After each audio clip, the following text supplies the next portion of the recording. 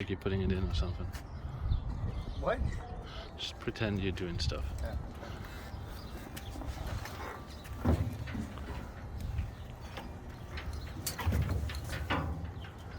Thanks, John.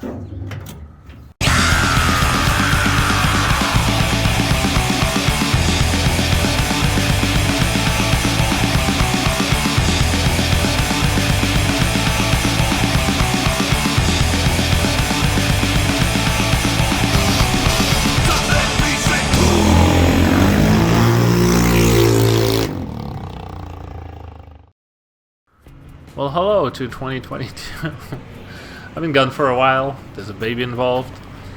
But I bought a GTS. You saw that right. I bought a Vespa GTS 300. It's a 2013 EFI model. It was a theft recovery, so some punks tried to break in there.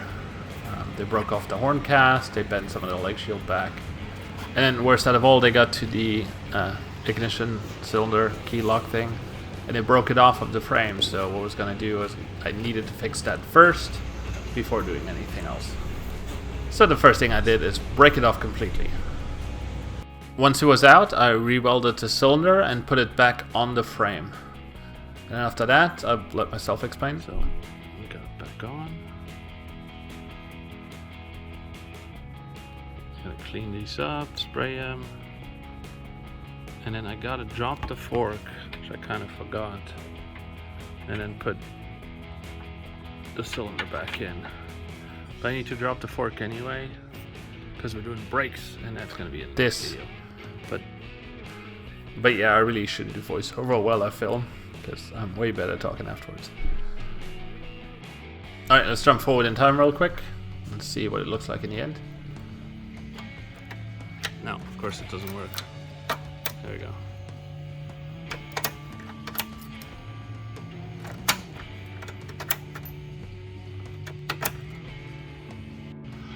Watch it be hot in summer and everything just expands and gets locked up in there. It'll be fine. So in order to take the fork out, I had to take the handlebars off, which we're getting to later. And that means taking the wheel off, taking all that stuff off, and then finally dropping the fork. And rusted bolts are a pain.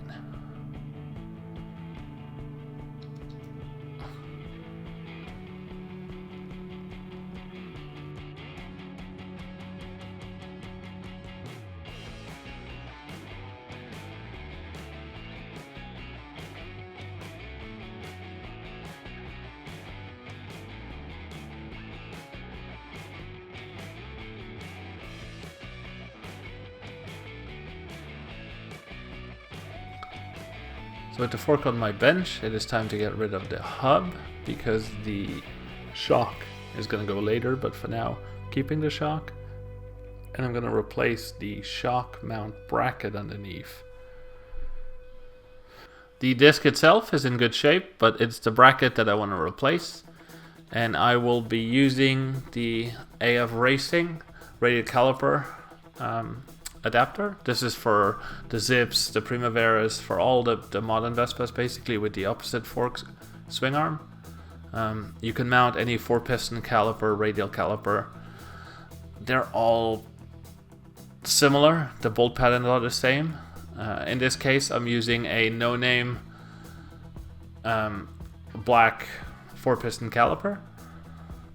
And it doesn't quite fit because the GTS disc is larger than on a PX. Which is what we usually use this bracket for. You can see the stock PX adapter would be about that size, but what I need to do now is make an adapter that is larger. So I'm gonna go over to my lathe and do some lathe stuff. Enjoy.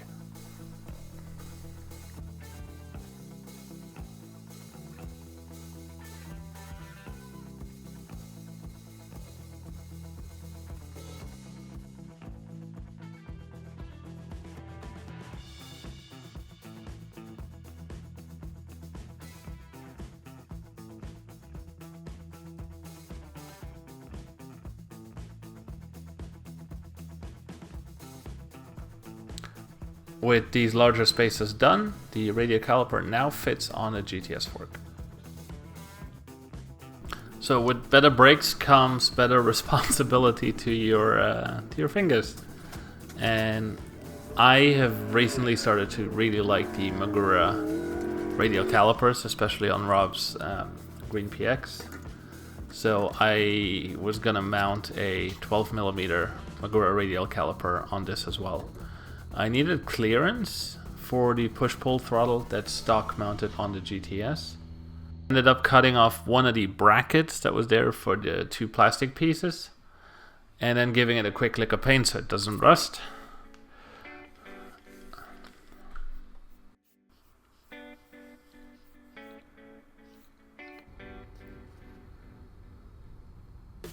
I got good clearance now with the throttle, and I got the lever in a good position for my 2 fingers. Now the front plastic of the headset is not gonna fit, so I started cutting it up, and I cut it up, and I cut it up, and I cut it up, and it didn't fit, and I cut it up, and I more or less ended with this. I did clean it up, you'll see that in the end result, but that's basically it. I cut up a GTS headset and put a radial master cylinder on it. So one thing I wanted to do, because I don't run a fender, is run the brake line through the fork like on a P. But the P has 2 holes, one for the speed and one for the brake line, and that makes it easier. So what I did is I clamped the fork into the mill and was trying to mill a 45-degree angle hole, imitating what was on a P or PX fork.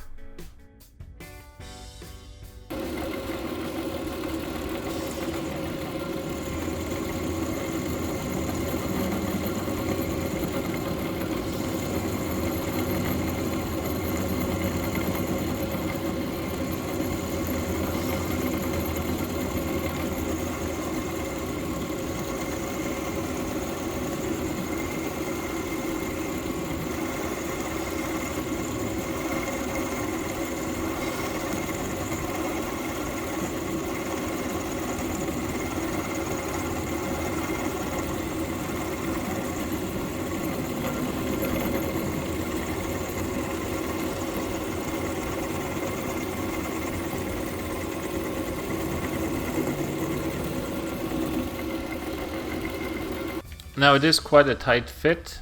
With this bit I ended up machining it open just a little bit more, but grease on the rubber bits helps it fit. And eventually I ran a nice long orange piece Spiegler brake line through. What that looks like, I'm not going to show you just yet. I have so much footage of this project, I kind of want to split it up in a couple of videos. I hope you can forgive me. Until then, don't forget to comment, subscribe, all that good stuff. In the next video, we're actually not going to get quite to the end result of the front end, but we're going to backtrack here and you're going to watch me make an exhaust. I made my custom exhaust for this. So, see you next time. Thank you. Bye.